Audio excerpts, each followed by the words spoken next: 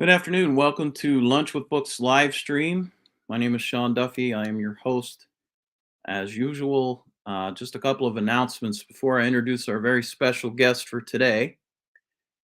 This Thursday, January 7 at 6:30 p.m., we will have a special edition of the People's University live stream, which will feature two gentlemen who wrote a book about the restoration of the last known wheeling trolley streetcar that lives now in Kennebunkport, Maine, at the Seashore Trolley Museum. It's a fascinating story.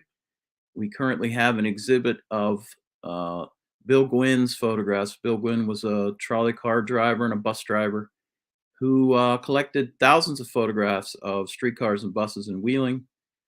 And you can see that exhibit by making an appointment to visit the library currently. So that program is this Thursday at 6:30 p.m. Car number 639, Last of the Wheeling Trolleys. And next Tuesday, David Mould will be back with us. His new book is called Postcards from the Borderlands. So that'll be next Tuesday at noon. Now, today we have with us a very special guest. The successful military commander wins because he's able to adapt to changing situations. And one of the things that is changing during the American Civil War is railroad technology. So we have with us today to explain that strategy based on railroads, General Ulysses S. Grant. And here he is. Good afternoon, everybody.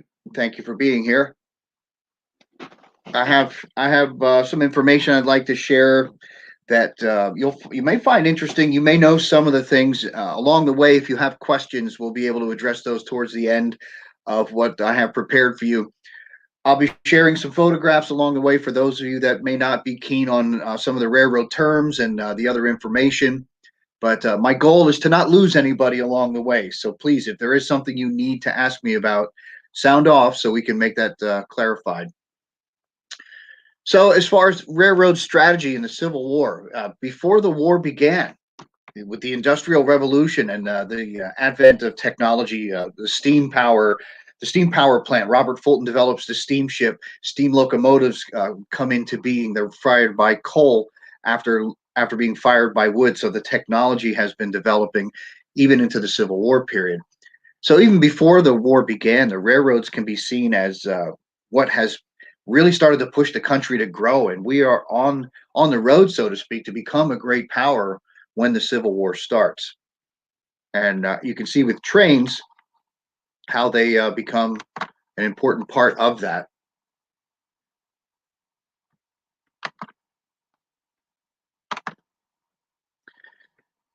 Had the war not occurred, it would have taken longer for the railroads to develop more, but considering that they've developed in the 1830s from horse-drawn carriage type vehicles pulled on rail by horses into the iron horse, it becomes apparent that the technology is growing to meet the demands of industry and the military needs as well.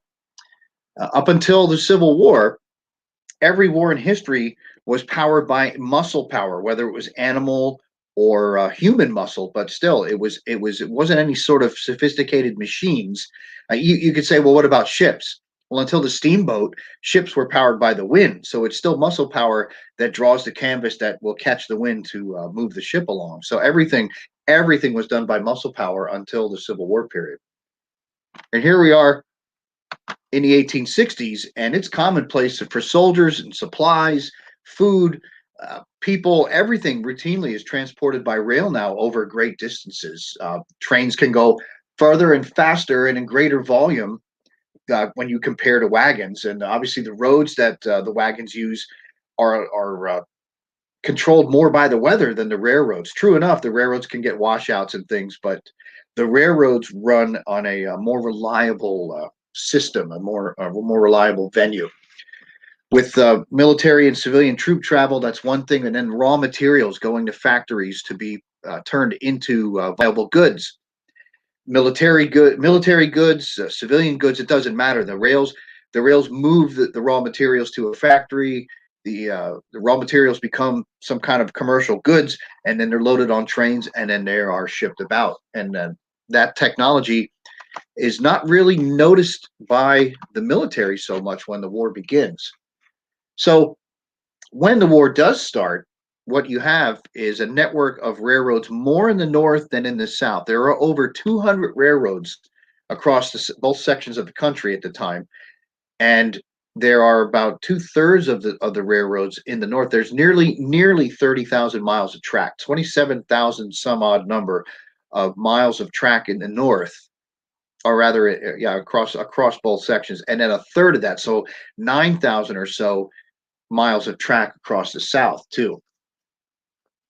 So the politicians and the businessmen, they catch on pretty quickly that the railroads are going to make or break the efforts of both sections to go into the war. The Southerners understand this, and the Southerners that work with railroads, they understand even more how how how far behind they are. Let's put it that way, as far as the technology and as far as their ability to create more. They rely on the North. Most of the locomotive works in the country, Schenectady, New York, the Baldwin Locomotive Works, the Rogers Locomotive Works, to name a few, are in the northern states. So even Southern locomotives are, they're not truly built in the South to a great degree like they are in the North. They're not as produced as many. Now, in 1862, during the war, the Transcontinental Railroad was already being worked on, and this was something Lincoln had put into his plank to run for office in 1860. Was he really threw his weight behind supporting a transcontinental railroad that would connect the East Coast to the West Coast, and of course, then they built from both sides. 62, the work actually starts. So, like the Capitol Dome being built, Lincoln insisted that the railroad building go on because he wanted the world to see that we are a functioning nation, and the rebellion and putting the rebellion down wasn't going to stop our growth as a country. So when I said about the miles of track, the 2/3 of the mileage is in the north, 1/3 of it in the south. Obviously, the the mechanical abilities of the North are bigger. It also gives us an advantage as far as moving men and material as far as we can to the front. The Southerners, I'm not, and that's not to say that the Southern trains and Southern railroads are these rickety, ramshackle things that run on poor rails, but that is a factor to consider, is that they don't have the ability to produce the locomotives that are needed. They could possibly build the cars, but they don't have the volume of foundries and iron producing plants that can build rail and the wheels and everything that you're going to need for the creation of the cars themselves. I don't know if there's going to be a question there. So what comes to then is using the railroads in a military purpose is something that neither side is really focused on because we haven't been schooled in it. There's no training at West Point. The year that the first steam trains run in the 1830s, I was born in 22, so I'm just a boy when trains start running. Going to West Point in 1839 was the first time I had ridden behind a steam locomotive. I wrote to my cousin that we went 17 miles per hour. And I said, who could ever think about going any faster than that? Because it was just an incredible speed to be pulled by this locomotive on track. You can imagine. So the military commanders have really they have no schooling in it. They really don't have an appreciation for what it can do yet because nobody's needed it. The use of the railroads, it's a new concept, and there's no professional military education. So West Point doesn't teach anything about it. At Annapolis, for the Navy, they're just starting to come to understand the use of steam plants aboard ship. So there's only a practical sense there about how it powers ships, and using railroads is a whole different game that we're getting into. For the past decade or so, going back into the 1850s and up until now, this locomotive you're looking at here is the most popular design used by American railroads. If you're looking at it from the cowcatcher on the right end of it, you have the cowcatcher, the four wheels that are under the stack and the cylinders that you see there. Those are called the pilot wheels. They're connected from that cylinder above those wheels. You see here, there are rods that connect the drive wheels, the two sets of drive wheels under the boiler and the cab where the engine crew sits. Now, the car behind the engine is the tender, and that contains a bunker that holds the wood to create the fire, as well as water reservoirs. So that's called the tender behind the engine. And most engines have a tender such as that. Smaller yard engines will have just a bunker attached to the locomotive itself, so they can maneuver inside a yard. So this design is called an American because it is the most used design across American railroads. And railroad men call this a 440 arrangement, meaning 4 pilot wheels, 4 driving wheels, and no other wheels on the locomotive itself. The wheels on the tender are never counted in that design. There is a newer design that's built now. The first locomotives had 1 set of driving wheels, and then you develop with 2, so that gives you more tractive effort. That's like adding another horse to your cart. Now you have the Baltimore and Ohio experimenting, and what comes out as far as what's now known as a 10-wheeler, 4 pilot wheels under the stack, and you see they're behind the cow catcher, and then 3 sets of drive wheels, so that's 6. So that's a 10-wheeler, and no trailing trucks or wheels under the cab. And that just gives you more tractive effort. What I'm told by the railroad men when I ask how fast their trains will go, the ones who want to be a little smug with me would ask me if I'd measured the drive wheels. So what does that mean? Well, the diameter of the drive wheels under the boiler will tell you the equivalent number of miles per hour in speed that the locomotive can attain. So if locomotives such as this one, number 147, has 50-inch drive wheels, potentially it can reach a speed of 50 miles per hour. Now, a good engineman and a good fireman have been known to coax more speed out of engines like that. And the larger the diameter of the wheels, there's a longer rotation, which actually will give you a faster speed.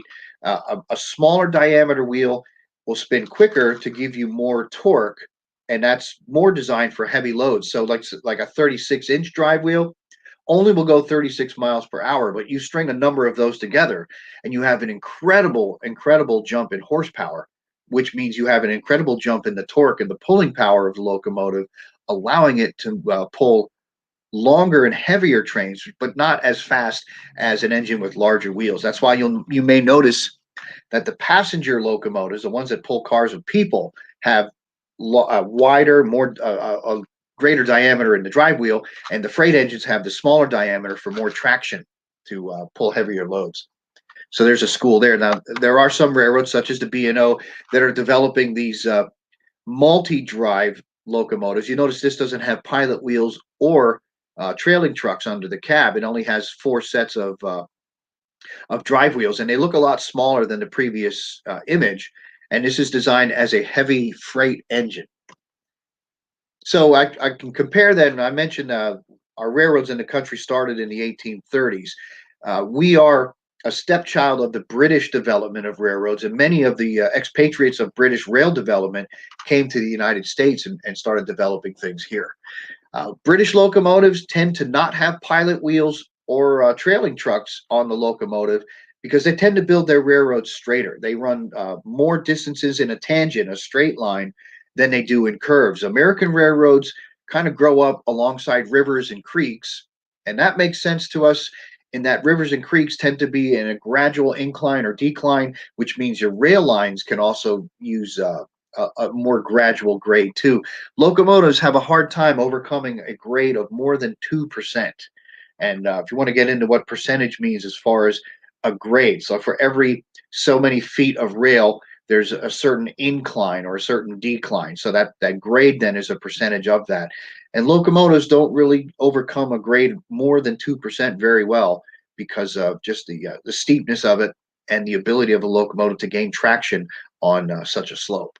But the British lines, they like to run in these tangents. They like to run in straight stretches. So they don't need those guide wheels, the pilot wheels of the locomotive like we do. So what's the purpose of the pilot wheels? Well, the pilot wheels turn the locomotive in and out of curves and through switches. So it'll guide the drive wheels, which remain straight on with the undercarriage, the frame of the locomotive under the boiler.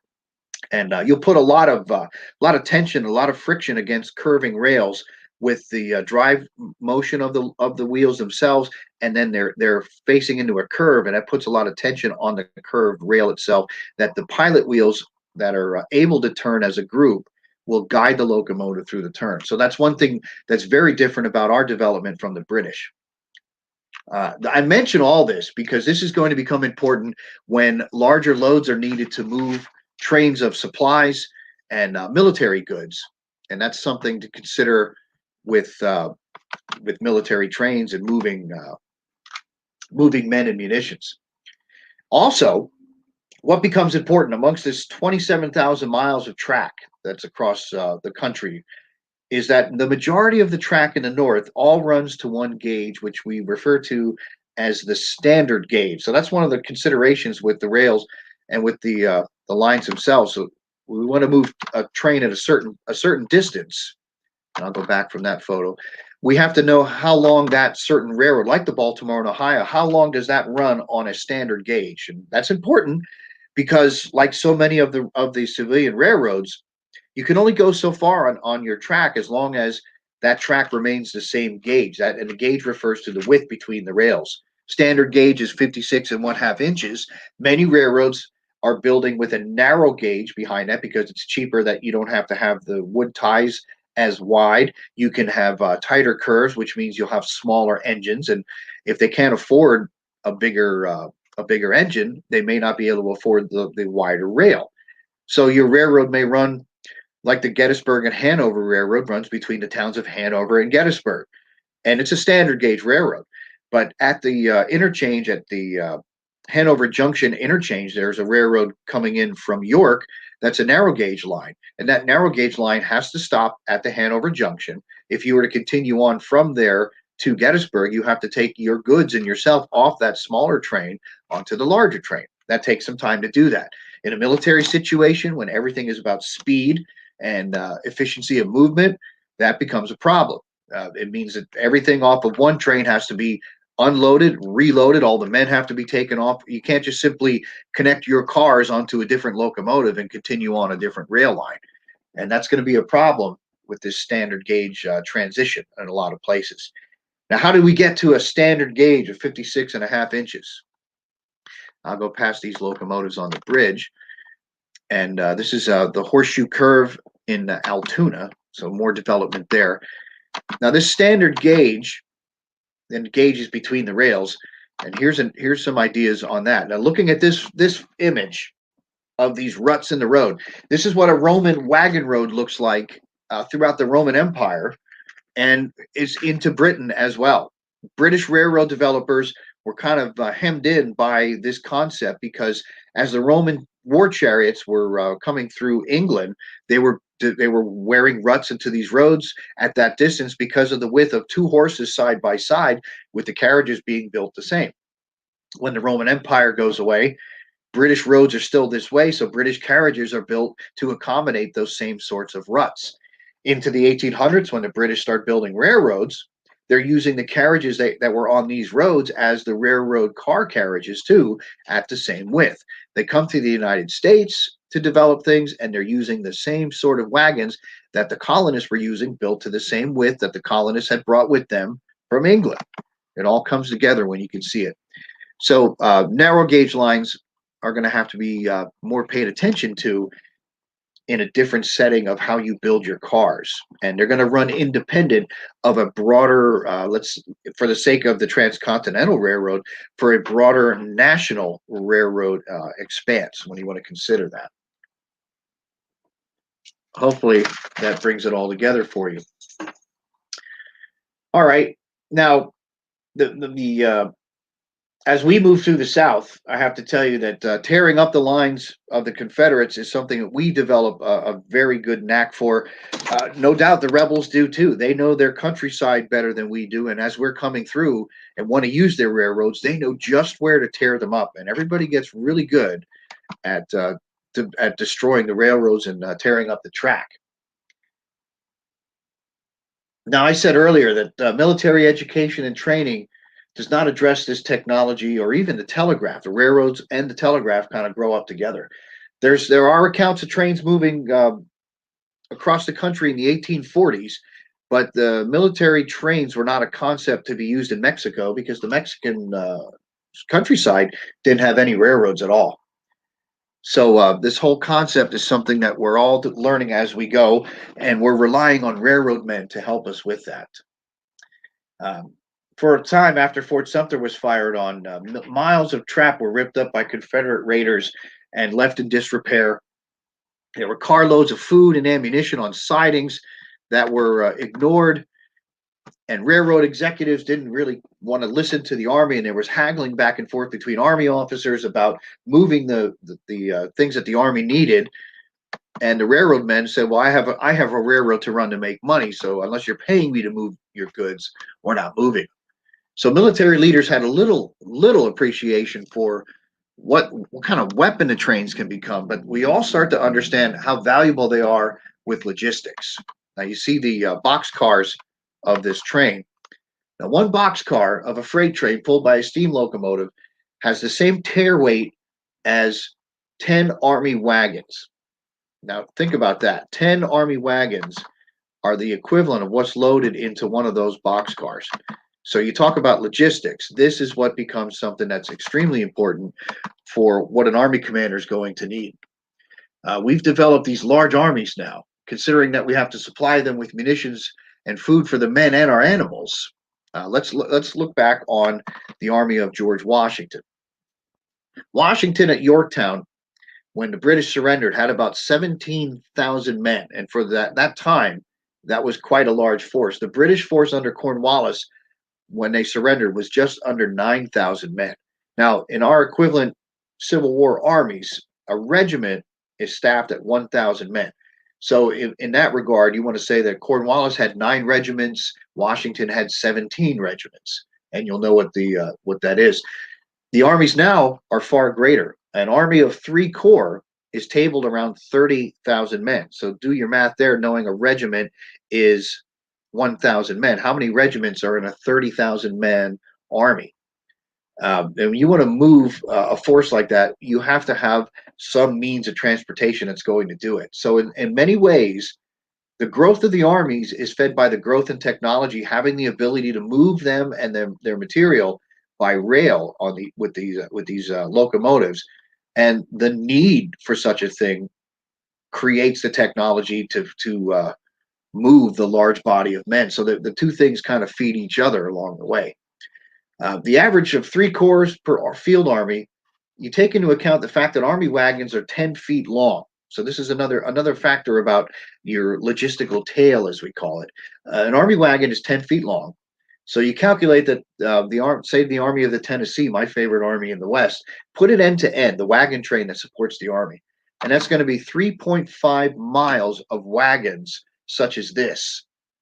And Sherman even says, as he begins to move through Georgia, he's already looked at the viability of trains, and he misses the fact that he could use a river. He had written to me about this when he said, "I'm never easy with a railroad, which takes a whole army to guard. Each foot of rail is essential to the whole, whereas I can't stop a river like the Tennessee, and each boat could make its own game." So Sherman would prefer to have river transport instead of rail transport. Terrain dictates strategy, and Sherman's route is going to take him away from the rivers as he presses from Chattanooga towards Atlanta, and eventually his plan to march through Georgia now too. And he's going to have to use the railroads for some time. In Virginia, now that I've come east and I'm along with the Army of the Potomac, it's very important that we maximize the use of rail connections. Now, one thing we're having a problem with is finding rail connections that will be close to where we're moving through the countryside. So, like I did throughout Tennessee, we're using river connections to get the goods to us, and then rail connections from the river ports inland further to where we're going. Meade's army is moving towards Richmond, so we're trying to find that. The campaigns in Tennessee and Mississippi, they were first about the rivers, and they quickly became about the rivers and the railroads, such as you can see here. A river port with a rail connection is going to become vital. And now much of the Vicksburg campaign, the summer of '63, it was centered on overcoming the Mississippi River at first. Quickly, though, I become aware of how important the rail connections are to Vicksburg, running from the west across the Mississippi and running from the east from Jackson, the capital, which is a bit further on, about 60 miles east of Vicksburg. So first we have to get across the river at Vicksburg, and then we have to cut its rail connections in order to starve it out. This is the rail connection at Jackson. Below Mississippi, or rather, I should say below Shiloh, Tennessee, before the Vicksburg Campaign, this becomes really, really apparent. There's a railhead town of Corinth, Mississippi, which is just across the Tennessee border from Shiloh. It's only 12 miles south of Shiloh, Tennessee, which is where this Corinth depot is, where we were heading when we were stopped at Shiloh in April of 1862. There was battling at Corinth to come. You can see here with this major connection, there are two major railroads, one running north to south and one running east to west at Corinth. So then it becomes a major rail hub with a classification yard for the transfer of goods running from the Gulf ports or coming in from the East Coast as well. And at Corinth is what railmen call a diamond. And you can see this aptly named when you look in between the tracks that are crossing. What you're looking at is southeast. So the tracks running from the lower right to the upper left head from Nashville to Charleston, South Carolina. The tracks running from the lower left to the upper right run from Ohio all the way to Mobile, Alabama, which would be the Mobile and Ohio Railroad there, and Charleston and Nashville Railroad running from the east to the west.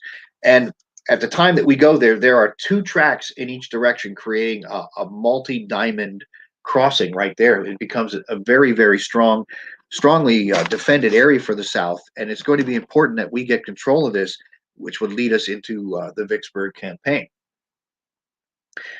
Before that, in the autumn months of 62, after capturing this railhead of Corinth, and our first move against Vicksburg, the Confederate cavalry commander Nathan Bedford Forrest had torn up my rail line supply in Memphis on the Mississippi and Tennessee Railroad. So this railhead at Memphis becomes extremely important. You can see the classification yard and several through tracks here. You can that's quite an impressive track setup for a southern city at that time.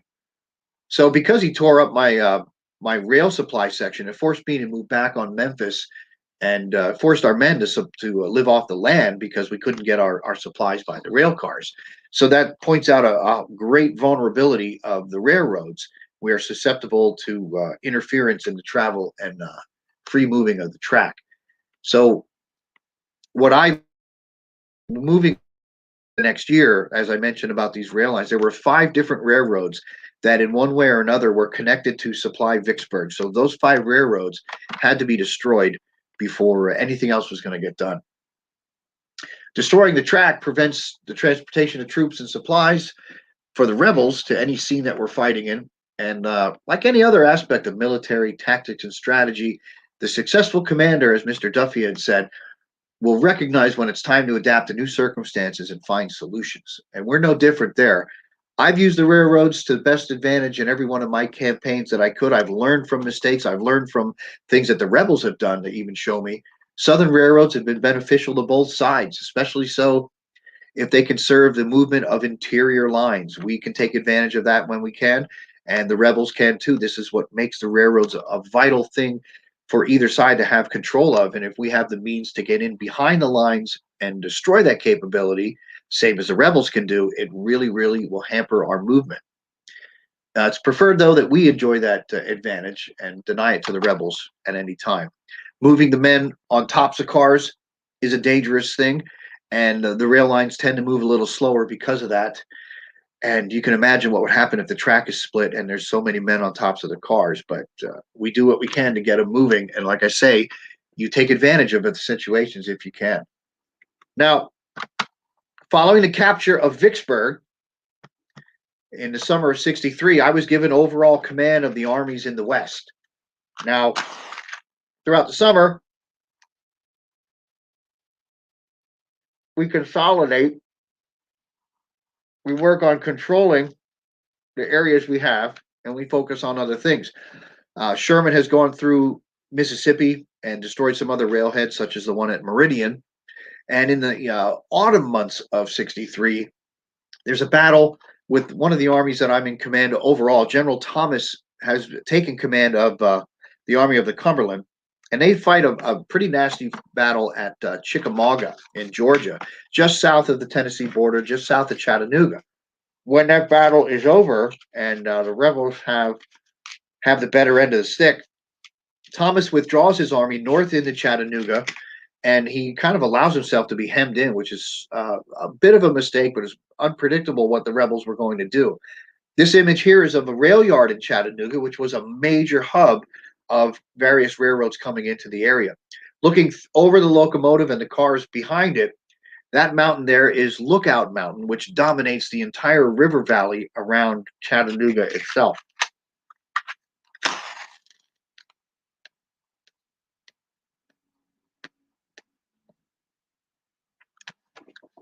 So the problem here is that Thomas's army is now in this bowl in this valley, and he's allowed the Confederates to gain the heights on the hills all around Lookout Mountain, Missionary Ridge, Raccoon Mountain off to the west, and the railroads then are cut off. So his army is quickly under siege and becoming a liability for our actions in Tennessee.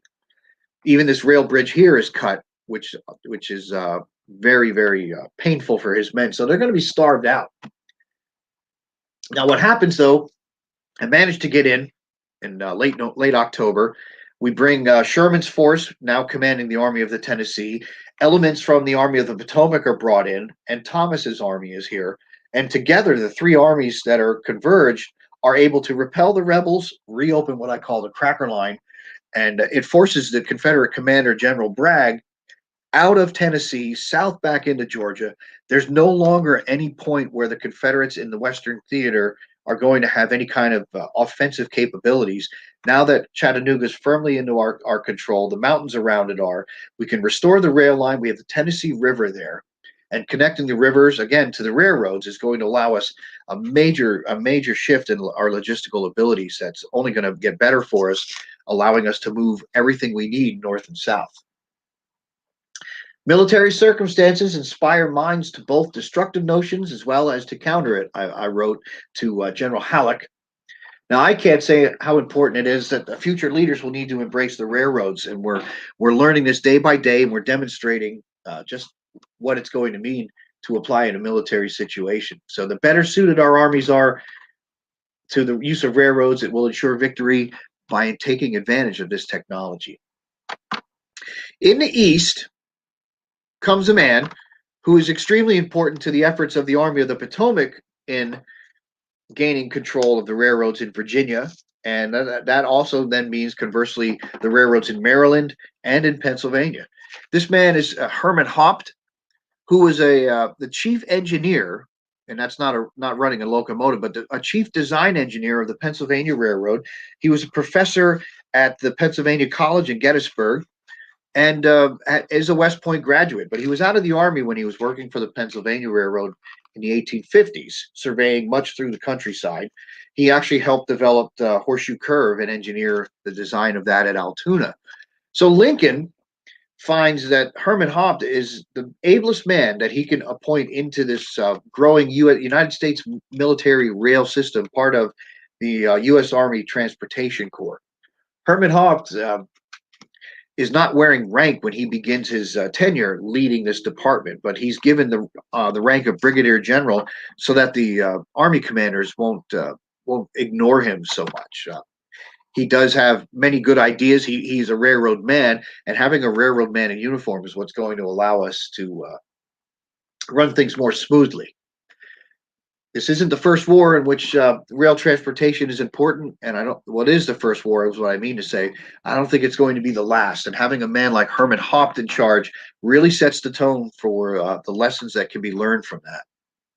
So Hopps assists the Union Army of Virginia, the Army of the Potomac in Northern Virginia, and in the Maryland campaign, he's very beneficial. Particularly effective in supporting at the Gettysburg Campaign, the Pennsylvania Campaign, the fight at Gettysburg. And he knew this area very well, so he was adept to that. There's only one railroad going into Gettysburg from Hanover, which means it's coming from the east, and it stops in town. There's no further rail connections west through town over to Chambersburg.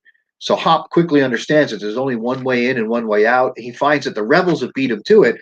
Days before the fight had started, when rebel cavalry had come through, they cut the railroad bridge in town that would lead out.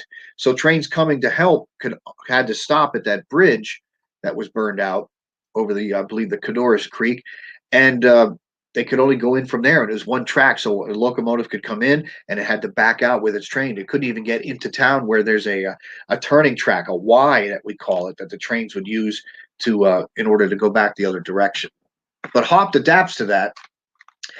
He has a system which is called the General Principles of Railroad Supply Operation. He's also developed what he calls detailed methods of construction and destruction of railroad equipment. And in these principles, it directs that military commanders should never interfere with the efficient running of the railroad. Rolling stock should be emptied and returned promptly to enable their reuse as transport whenever most beneficial. And that's a basic rule, that there should be no empty cars sitting on sidings or even empty cars moving in trains. Fill them in both directions, he says, and in the best interest of the Army, getting men and material in and wounded men out. He did this to a great effect at Gettysburg. He saw to it that munitions trains could come in as far as they could go, and then wounded could be put on those cars that are emptied of munitions and taken off even as far east as Philadelphia, for that matter. He's also developed this idea of repairing the rails. Large stocks of prefabricated bridge parts, such as you see here, are laid out every 10 miles or so down the track. There are garrisons with these bridge sections and stockpiles and sections of 10-foot rail that are kept everywhere. It's no surprise, though, when you look at this design. I don't know how big this is, and if I can help with this.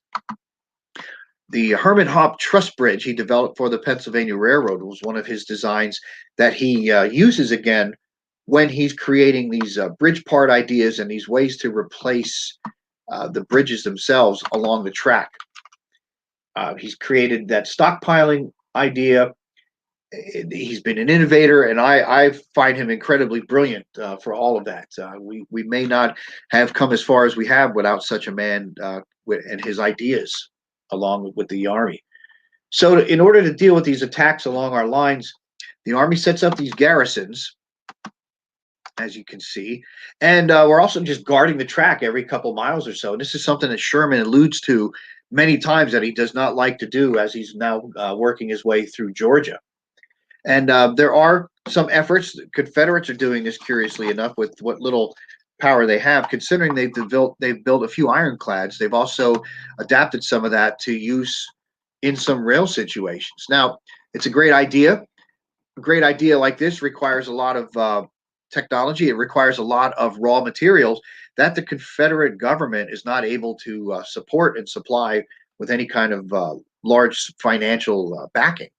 So this kind of concept, while frightening and imposing, is not something we have to take too seriously, because the rebels don't necessarily develop it to the degree that they might. While I'm talking about the rebels, I'd like to talk a moment about their most esteemed commander. Some of you may find him an interesting man as well. That would be Robert E. Lee. Robert E. Lee is one of the first military commanders to use a railroad in some sort of actual operation in the course of his duties. Now that comes about in 1859 at Harper's Ferry, West Virginia, such as you see here. Now, I say West Virginia because it is now. At the time, it was still Western Virginia in 1859. There was a man named John Brown who attempted to incite a slave revolt in 1859, and he was holed up at Harper's Ferry. The people at Harper's Ferry telegraphed to Washington. They had asked the War Department for help. The Secretary of War at the time found that the only body of troops available to go to Harper's Ferry and help with this situation was a company of Marines. They had a young, brash Lieutenant Israel Green in charge of the company who was decided to go. Secretary of the Navy, Secretary of the War felt this young lieutenant was not senior enough and experienced enough to carry out the operation. So they were looking for another commander, somebody senior that was available. And as it turns out, Colonel Robert E. Lee, or Lieutenant Colonel Robert E. Lee, United States Cavalry, was fresh off an assignment in Texas with the U.S. Cavalry there, and was home on furlough to his home at Arlington across the Potomac River from Washington. So Lee is called. He comes to the secretary's office. There's a young Army lieutenant there, Jeb Stuart, U.S. Cavalry, looking for an assignment. He and Lee together, then Lee picks him up to help him. They go to the rail station in Washington, in the capital. They find that the trainload of Marines has already departed. They can barely see the smoke wafting in the distance from this train. I told you, Israel Green was rather pushy, shall we say? But that's Marines for you, that they want to get to the job. So now Colonel Lee and Lieutenant Stewart are riding in a second locomotive down the same track that the Marines took, except their locomotive is facing backwards. And you can imagine Lee is in a suit, top hat, frock coat. Jeb Stuart is in his cavalry uniform, and he's just as gussied up as a United States cavalryman as he is as a rebel cavalryman. He's got spurs, he's got his feathers, he's got his flamboyant uniform all about him. So the two of them are riding in the cab with the engine crew, racing down the track backwards. When they get to Harper's Ferry on their locomotive, they pull into the station. The Marine train is there at the depot, and the Marines are already storming the firehouse where John Brown is holed up inside. Had the railroad not been employed to rapidly move these Marines, Brown could have had more time to develop his plans. So from this point, it's known that the Marines took care of business in their esteemed usual fashion and brought the crisis to a quick end in favor of national interest, under the, let's say, indirect supervision of Colonel Robert E. Lee. But this marks the first time that the railroads are used to move United States troops into an actual operation. This is different than just moving troops as a transport to a river location to get on a ship to go south like they did in Mexico. Here is the firehouse in Harper's Ferry that the Marines had to storm to get rid of John Brown. Lee's government now, during the war, has been trying to develop these military capabilities, but like I said, their lack of production abilities is really, really holding them back. The rail facilities that they have, most were built long before the war and developed with the use of Northern technology, if you will. And Sherman has done his best then to go through and work on destroying those things. So now here we are in 1864, 1865 comes, and we are investing Petersburg, Virginia, with the Army of the Potomac. Sherman is working his way through the South. He's been through Georgia. He's in the Carolinas. I'm with General Meade and his army, working our way through the Virginia countryside to this siege at Petersburg. And looking at this map, I will give you a broader glimpse of it. Looking at this map here, you can see that there are rail lines sprawling like an octopus virtually from Petersburg to the east, which is where we are at City Point, you can see, and then to the southeast, which runs along down to Norfolk, further directly south, and that southeast line also does run to Wilmington, and there are lines coming from the west. So what we've had to do then is branch out from our City Point headquarters to the east of Petersburg, and spread and kind of envelop Petersburg underneath, cutting those rail lines underneath it and out to the west if we can get to it. We've not yet been able to get to that western line, and I can see that if Lee is not brought in at the siege, and if he tries to break out, his best move, which is what I would do too, would be to move to the west, try to take that rail line to the west into North Carolina and make a connection there, which will get him to the supplies that come from the Wilmington Depot on the coast of North Carolina. Our cavalry force, though, is really responsible for this under General Sheridan, and they've been needed to head him off. And finally, I want them to bring his army to bear, but the main thing is we've got to cut his supplies. I've talked to Sheridan about this. We've had numerous conversations, so Sheridan and I are of a like mind, and I leave it in Sheridan's capable hands.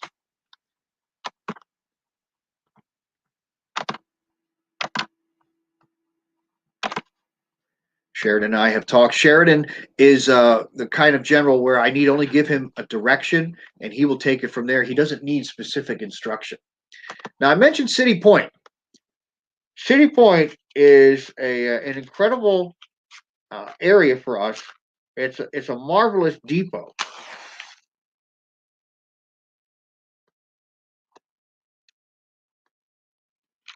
City Point is a result of the fighting at Cold Harbor in June of '64. Now we are fighting to a standstill, and I moved Meade's army to the east away from Richmond at that point, and then south to cross the James River at Charles City County. And when we come across the James, then back in Virginia, we move west to this area of the Appomattox Manor and the town of Hopewell, and the area where the James River and the Appomattox rivers meet is what's called Appomattox Manor, and it's a plantation house. So we take over this area, which you can see here. City Point has become an essential supply base, and with over a mile of riverfront wharves, if you can imagine, maybe I can blow this picture up for you, docks, and a rail yard, including the rails built into several of the docks over the river into warehouses that are also built there, and they hang over the water's edge. So there's no other military complex in the world that's known to be as large as this City Point facility. And this grows up as a result of the Army's failure to invest Petersburg in the summer and the autumn months that we have to go into winter camp in '64, and cabins are built, barracks are built, and this sprawling complex comes to mind. Now, there is a railroad that's already there. It is the Hopewell Line. It's a 5-foot gauge railroad, which is 6 inches wider than the standard gauge. So that means our trains that the Army uses won't be able to run on those tracks. So one of the first things that has to be done is one rail of that 5-foot gauge has to be moved 6 inches over to accommodate our trains. And that's going to have to go that whole 8 miles from City Point west over to Petersburg. So the Army, the U.S. Military Railroad Construction Corps, goes about rebuilding the 5-foot line into the 56 1/2 inches that we're going to need. So you can see here what's going on as far as laying the track, getting the gauge suitable for the cars. And this allows then all of our equipment to be used. We have 25 steam locomotives and 275 cars of varying type, rolling stock as the men call it, brought down to City Point from the Alexandria Quartermaster Depot. And that's what provides us the rolling stock and the engine power that's going to be able to supply and move the Army about now in this area. This, though, is all part of Herman Hopps' brilliance, because he's also developed another concept that you may find interesting, and he's come to call it the roll-on, roll-off concept. What does that mean? Well, you have remember I said there are rails built into the wharves and along the docks. There are also rails built into the barges that come. So the barges will pull up to the docks. They'll be pushed up to the docks on the river. And from there, locomotive switch engines will drive into the warehouse to the barges on the other side. And from there, they will couple onto these cars and pull them through the wharf. And I'm looking for the exact way I can show you that image right now. Here we are. So that should do it right there. Now I have to do this again. Forgive me for a second here. There we are. So now you can see. So these barges are brought in like this. The rail cars are brought in. They're turned off the barge to line up with the track. The switch engine comes in, couples onto the car, and rolls it off the barge into the warehouse, if you can imagine.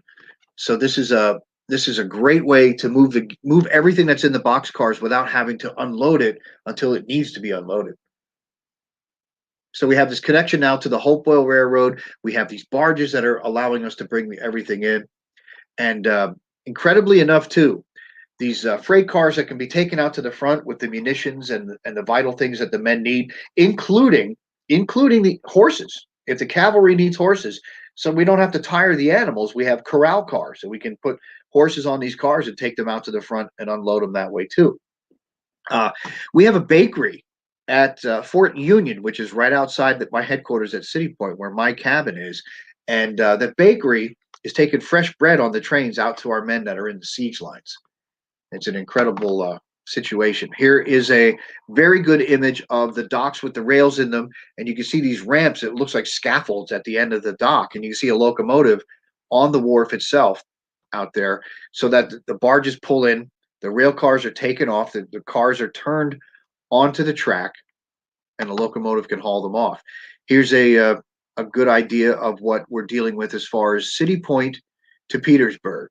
Here on the right side, where you can see the arrow, is the City Point landing. The rail line runs east to west to the siege lines outside of Petersburg. The rebels don't have that sort of capability. Here's another excellent depiction of what that connection looks like from the 1.5 miles of wharves, the railroad track that curves down to the south and then runs from east to west to get you into Petersburg. Fort Union is our Union Fort, is where that is. Now, I have a special train that I use. One coach like this is basically my rolling office. There is a corral car for usually two of my horses, and those horses are usually going to be Jeff Davis and Cincinnati. And then there's usually another box car with supplies if we can hook another car on for the train to take anything else out that the men may need. So this water transport on the James River gives me easy access to Fort Monroe, Washington City, and anything into the north that I have to get to. I use the daily transport ships to get back to the capital if I have to on Army business. But here at City Point, I can oversee the entire campaign against Petersburg. I can remain in contact with the War Department, and I have telegraph that allows me to connect to Sherman and several others that are in different areas. Now, speaking of Sherman, in this time that we're at City Point, Lincoln doesn't know where Sherman is. I don't know where Sherman is many times. Lincoln has said that Sherman has crawled up into the rabbit hole and taken the ladder with him. So here at City Point, life goes on among the rail yard, getting supplies ready.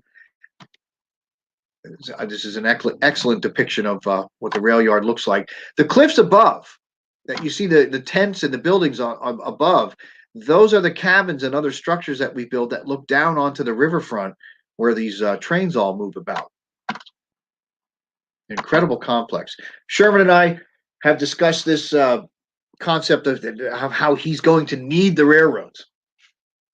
Now, he's been uncomfortable, but during the Atlanta campaign, he started to see it, that the sheer volume that a train can carry kind of softens his impression. He tells me, he says it this way: a single stem of railroad from Louisville, Kentucky to Atlanta, which was his major rail supply line, was 473 miles long for him. It supplies his army of 100,000 men and 35,000 animals for over 196 days. Now, that amount of food and forage, that would have taken 36,800 wagons, he tells me. And consider this, the wagons are pulled by 6 mules each wagon pulled by 6 mules. Do your math, and that'll tell you how many mules you're going to need. Each day, he says, it would be a simple impossibility in that region of the country to be done by wagons. So the railroads have kind of turned Sherman's heart a little bit that way. Now, moving an army by animals, you have to consider the animals have to eat every day. A soldier consumes 3 pounds of food a day. A horse or a mule consumes about 25 pounds of food. So an army of 100,000 men needs over 3.5 million pounds of food and supplies per day. That requires 150,000 wagons pulled by 900,000 mules. And that's going to cause its own logistical problems. Whereas a locomotive like this sitting here at this engine house, it only needs wood or coal and water when it's in operation. So locomotives don't eat when they're idle, but you can imagine the men and the animals do. So that is a major, major consideration. It's something we have a great advantage on. Sherman prepared 10,000 men to be trackmen for his march through Georgia. And he understood that the lines of supply would be under attack by guerrillas, possibly organized Confederate units, and he wanted his trains to be able to move as much as possible. So his trackmen are working hard as he moves through Georgia to keep his supply line open. Now, as they restore the lines, they move quite quickly and they become very adept in a fast way at repairing the tracks. One Confederate prisoner said of that he thought that the Union Army was bringing its own tunnels to go through Georgia as quickly as the men were putting the lines back into operation. So those same men that know how to return the rails to service also know how to destroy the track. And what they start to perfect is something they nickname Sherman's neckties or Sherman's bow ties. As you can see here, you take the rails off the wooden ties, and you take the wooden ties and pile them up like a funeral pyre, and lay the rails across and light it a fire. You get the rails red hot in the middle where they might be glowing, and then soldiers on either side of those rails, they'll pick up the ends, take it off the fire, find a nearby tree or telephone pole, and because that rail is hot and pliable, you get it and you wrap it around the tree, maybe once, maybe twice if it's still hot enough, and you leave it there. Now, the rebels, the best they can do with that is if they can manage to cut that rail, they may be able to use short sections of it and try to tie short sections together. But you get into a problem there that the rails become disjointed because they're not long enough stretches to really compensate for the weight of the locomotive and the cars. So it's a rickety repair job. Now, something Sherman's men do to further innovate that, which makes it harder for the rebels to even use the rails if they can salvage them, is his men, once they get everything hot and around the trees, they also can kind of twist them like a licorice stick. And there's nothing the rebels have in their factories that can do anything about untwisting those rails. So it really does tie things up for the Confederates if they are still using the rails at any point. So the Southern people are pretty industrious, but they don't have the facilities. This here is the rail yard in Atlanta after Sherman had arrived. Sherman had actual trains going into Atlanta. John Bell Hood, the Confederate commander there, had thought he could kind of slow Sherman down by firing the rail yard. What he failed to remember was they were boxcars loaded with ammunition. So many that not only fires but explosions destroyed the roundhouse that you see here, with several of the locomotives still in it. This is a point when much of that's been cleared out, and Sherman's now using that roundhouse and the turntable inside for his own means. So it's been one way to turn the tables back on the Confederates in that way. So we're coming here towards the end of things. I realize our hour's coming very much to a close. I'd like to be able to deal with questions. Of course, I have a gobload of other photos I could share too, but let's get to whatever questions you might have with the time we have left. General, one of the questions was about what they did with the ties when they ripped them up. I think you answered that one already. But here's another question. I'll put it up on the screen for you. Okay.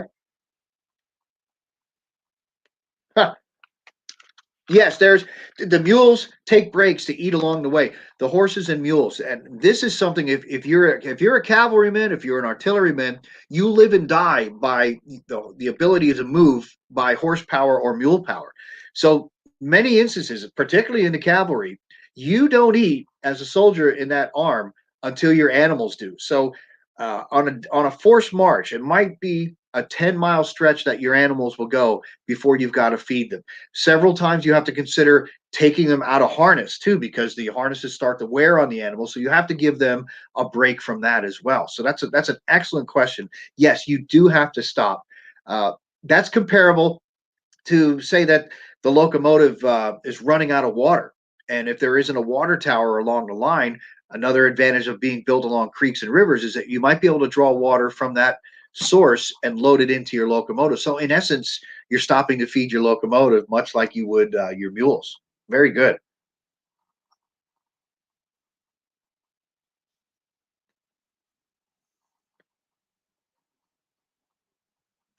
Well, that's an interesting question there about the steel industries, munitions and railroad ties during the Civil War. The steel factories, such as those at Wheeling, were adapted to wartime production. I would imagine so. I don't have any authority on any particular production facilities, knowing the importance of all the ironworks across the North, particularly for Wheeling. The major rail line through, the largest railroad at the time of the Civil War is the Baltimore and Ohio, which comes through Wheeling. They have fought their way into Pennsylvania from from Baltimore running out to Pittsburgh in competition with the Pennsylvania Railroad. So they are going to produce a lot of what they need locally if they can, because of their operations in Wheeling that go from West Virginia up into Ohio too. So you can imagine. I can't give you enough of the credit for that, but definitely I have to acknowledge that for sure. The Wheeling area is instrumental in production.